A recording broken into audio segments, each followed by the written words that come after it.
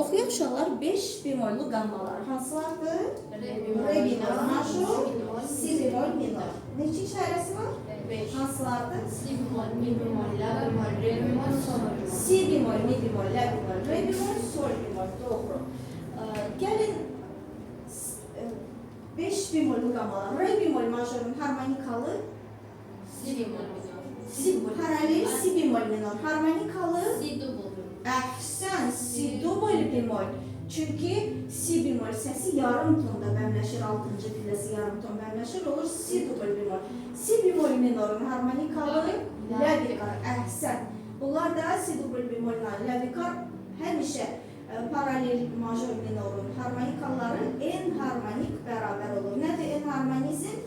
Yüksəkliyi eyni olan, mən si double bemolda deyirəm eyni səsdir, la bikarda deyirəm eyni səsdir. Amma müxtəlif adlar daşıyan, yüksəkliyi eyni olur, müxtəlif adlar daşıyan səslər nə adlanır? En harmonik bərabər səslər adlanır. Oxuyaq re bemol major qammasını.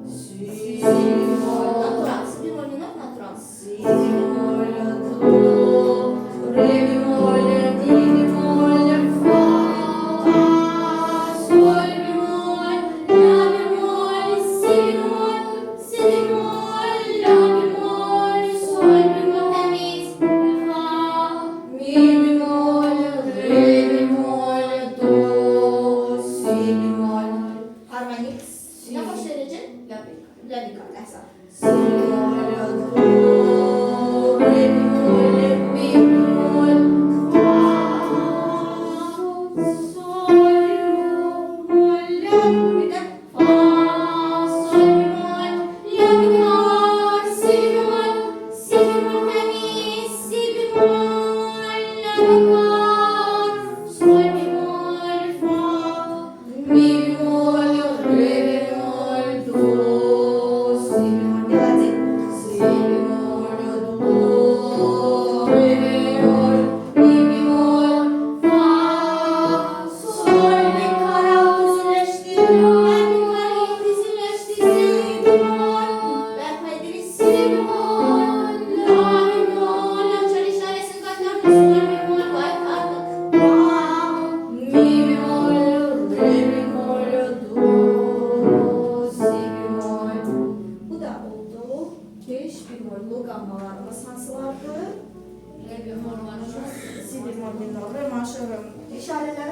oldu? Si Çalışlar. bemol, mi bemol, la bemol, re bemol. Si bemol, mi bemol, la bemol, re bemol Sol. ve sonuncu açar işarəsi sol bemol. Sol bemol, re bemol majorun paraleli oldu. Si bemol. Si bemol minor harmonikalı oldu. Si double. Si double bemol, bəli. Si bemol minorun harmonikalı oldu. La bekar. La bekar. Əhsən.